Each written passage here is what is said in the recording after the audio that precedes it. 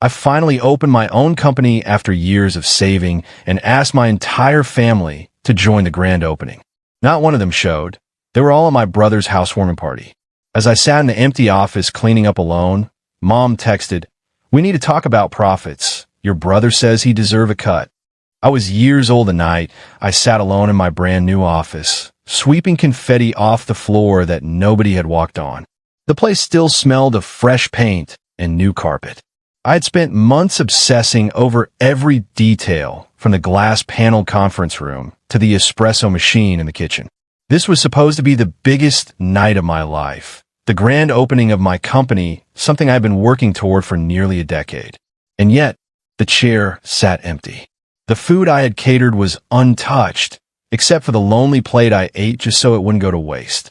My name's James, and for as long as I can remember, I've been the responsible one in my family. The one who kept the peace, who showed up for every birthday, who lent money even when it meant eating noodles for a month. My younger brother, Kyle, was always the golden boy. Anything he did, no matter how reckless, was somehow framed as ambitious, charismatic, or just called being Kyle. When he dropped out of college after 2 semesters to find himself, my parents proudly announced that he was entrepreneurial. When he burned through 3 jobs in a year, they said he just hadn't found his passion yet. Meanwhile, I quietly put myself through school, worked double shifts at a warehouse, and lived in a studio apartment that barely fit a bed and a desk. Every dollar I saved went toward this dream. Started my own company, not a side hustle, not a passion project, a real legal registered company with employees and office space, something that would last. So, when I finally signed the lease and opened the doors, I thought my family would be proud.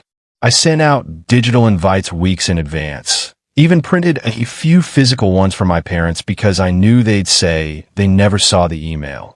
I arranged for champagne, music, a little speech to thank everyone who supported me. At PM, I stood by the entrance in my one good suit, waiting for the first familiar face to walk in. And I told myself they were just running late. And I refreshed my phone. No calls, no texts, no, we're on our way. And I quietly told the caterer they could pack up the leftovers. I didn't cry. I just sat at one of the desks, sipping warm champagne from a plastic flute, staring at the empty lobby. The room echoed with every sound. All I could think was after everything I've done for them, they couldn't even bother to show up for one night. Then my phone bust.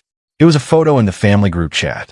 Kyle and my parents were standing in front of a brand new barbecue grill, laughing, holding drinks. The caption read, "Housewarming success."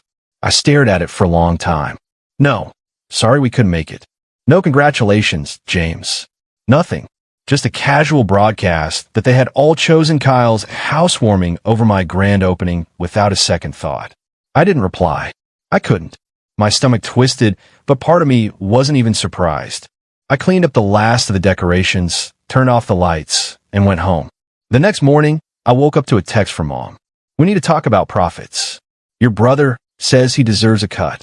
I just sat there staring at the screen, my coffee going cold. My brother deserved a cut of what? He hadn't invested a cent, hadn't lifted a finger, hadn't even shown up to the launch. My company hadn't even made $1 yet. But suddenly, Kay was entitled to part of it. I didn't answer right away. I just felt this wave of exhaustion, not just from the night before, but from years of being taken for granted. I could already picture how the conversation would go. Mom insisting that family comes first. Dad saying that Kyle needs this more than you do. Kyle probably sending me a list of reasons why his contribution, whatever that was, justified a percentage. And for the first time in a long time, I felt something in me harden. That text wasn't just a request. It was a warning shot. And I had a choice. Roll over like I always did or do something different this time. I put my phone down, poured myself another coffee, and started thinking. And that's when I realized, maybe for the first time in my life, that I wasn't as powerless as they thought I was. I didn't reply to Mom's text that day or the next. Instead, I watched the group chat light up with more photos of Kyle's housewarming. More inside jokes I wasn't part of. Each one just added fuel to the quiet fire building in my chest. By the end of the week, Mom sent another message. "James, answer your phone. This is important." I did answer eventually, and what I said next made her go completely silent. When I finally picked up the phone, Mom launched into her usual routine. No. Hello. No. How are you? Just a clipped. James, we've been trying to reach you for days. I stayed quiet for a beat longer than usual, just enough for her to notice. What's going on? She pressed as if I was the one acting strangely. You're asking me about profits? I said slowly, choosing each word carefully. But not when you showed up to my company's launch. There was a pause, a long one. I pictured her standing in her kitchen, hand on her hip, already annoyed at being challenged. James, she finally said in that patient but condescending tone she used when I was a kid. You know how important Kyle's housewarming was. Everyone was there. It wouldn't have been right to split up the family over one night. One night, I repeated. My voice came out flatter than I expected. This wasn't a dinner party.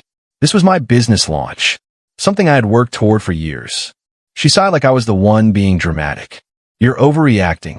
Kyle is just starting his life with Emily. You'll have plenty of other events. Now about the profits. I actually laughed at that. A sharp, humorless sound that made her go quiet for a moment. Profits? Mom, I haven't even finished onboarding my first clients yet. There are no profits. Well, Kyle was saying that since he inspired you to start the company, he should get some kind of founder's share, or at least a family discount, since he wants to use your services for his projects. That stopped me cold. Inspired me? I asked, incredulous. Mom, I've been planning this since college. Kyle didn't even know what I was working on until last month. She kept going, ignoring me. Look, your brother's trying to build his life. You're single. You don't have kids. You can afford to be generous. Think of this as helping the family. Helping the family. That line again. I told her I had to go and hung up before she could say more. That was the moment I realized this wasn't going to blow over. My parents didn't see my company as mine. They saw it as the family's new resource. And Kyle was first in line, plate ready, to take whatever he wanted. Over the next few weeks, it got worse. One afternoon, Kyle texted me. Hey bro, can you hook me up with a partnership package? Like I'll promote your company to my friends, and in return you give me a lifetime free account. Fair that I stared at the message, baffled. He'd never promoted anything in his life except his own parties. When I didn't respond, another text came. Mom said you'd probably say yes. Just let me know what I need to post. That's when I decided not to reply at all. The next day, Mom called. James, why are you ignoring your brother? He's trying to help you grow your business. I asked calmly if she realized what Kyle was asking for was essentially free labor. She brushed it off. It's just family. You're making such a big deal out of nothing.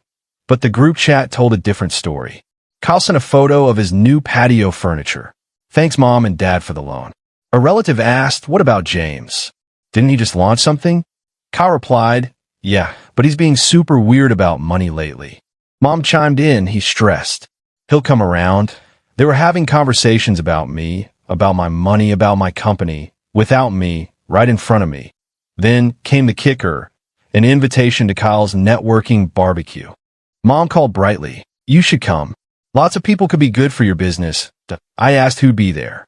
Oh, just Kyle's friends, people from his gym, Emily's family. Bring some business cards. That I almost laughed. They skipped my launch, but now I was supposed to show up at Kyle's party and beg his friends for business? I didn't go. That night they sent a group picture around a grill. So much fun. We missed you, James. Those words, we missed you, stung more than I expected. Like it was my fault for not playing along. The final straw came 2 weeks later. My accountant emailed me. Someone using my mother's email had tried to add a family partner to my company's banking account. They failed, of course, but just the fact they tried made my stomach drop. That I called Mom immediately. Oh, that, she said, annoyed. I was just trying to make things easier. This way Kyle could handle some of the finances and take stress off you. I was quiet for a long moment. Mom, don't ever do that again, I said, finally, voice steady. You don't touch my accounts. You don't ask about my accounts. This company is mine, she huffed. You don't have to be so territorial. We're just looking out for you. But I didn't believe that anymore. I hung up and sat in my office, staring out the window at the city full of people making their own choices. Meanwhile, my family was making me feel like a child. For the first time, I started thinking seriously about real boundaries. Not just saying no once, but making sure they couldn't take from me again. The next day, Kyle texted, "Bro, did you see the new patio heater I bought? You should come check it out. Also, when are we getting that family discount? Dad said you're being stingy." Something in me shifted. I didn't reply. Instead, I opened my laptop and logged into every account. Joint streaming services, shared utilities, even the old family phone plan, and started making a list.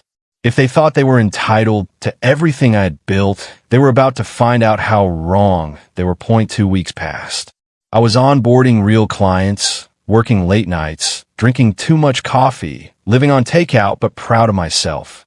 For a moment, I thought the family drama might fade if I just stayed quiet. Then came the weekend that changed everything. Saturday morning, my phone started buzzing nonstop. Mom, Dad called, then Mom again. I rolled over, ignored it. A minute later, a notification flashed on my company dashboard, a flagged access attempt. Someone tried logging into my business account from near my parents' neighborhood. 3 failed attempts. My stomach dropped. When I called Mom, she casually admitted she and Kyle had tried to help with invoices. I snapped. "You had no right." She got offensive, called me ungrateful. Minutes later, Kyle texted saying I'd overreacted and that he'd already promised Emily a family discount. By Monday, I found a letter from my father demanding a family stipend, 10% of my monthly revenue to be split between him, Mom, and Kyle. Revenue, not profits. The audacity stunned me. I remembered all the times I'd bailed Kyle out. Rent, loans, legal fees, and realized they felt entitled to everything I built. The final straw came when my office alarm went off. I rushed back to find Kyle at the door, fiddling with the keypad. He grinned. "It's not breaking in if it's family." I told him if he tried again, I'd call the police. His smile dropped. That weekend, I locked down every account and tightened every security measure. This wasn't about boundaries anymore. It was Ward up by Monday. Their voicemails grew angrier. Mom accusing me of tearing the family apart, demanding I apologize. I deleted them. Sitting with my coffee, I finally saw it clearly. Keeping the peace was destroying me. Tears slipped down my face as I sat with my coffee, drained by the very people who should have celebrated me. That day I called in sick and scrolled through old family messages. Every sarcastic jab, every dismissal of my work. By nightfall, I made a decision. I wasn't going to try for their approval anymore. That I end the weeks that followed, I ignored calls and skipped family events. Mom showed up at my apartment, insisting Kyle had only wanted to help by breaking into my office. For the first time, I didn't feel guilty. I just closed the door. Their texts shifted from guilt trips to threats, but I stayed silent. The silence took a toll. I was exhausted, irritable, and terrified my business would fail. But slowly, clarity grew. One night, I listed every account they could touch and every way they could interfere. That weekend, I locked everything down, banks, accounts, even company paperwork. By Sunday, I finally felt calm that I wasn't just reacting anymore. I was preparing. And when Monday came, I walked into my office before sunrise, not weighed down by their voices, but excited to build. For the first time in months, the future felt like mine again.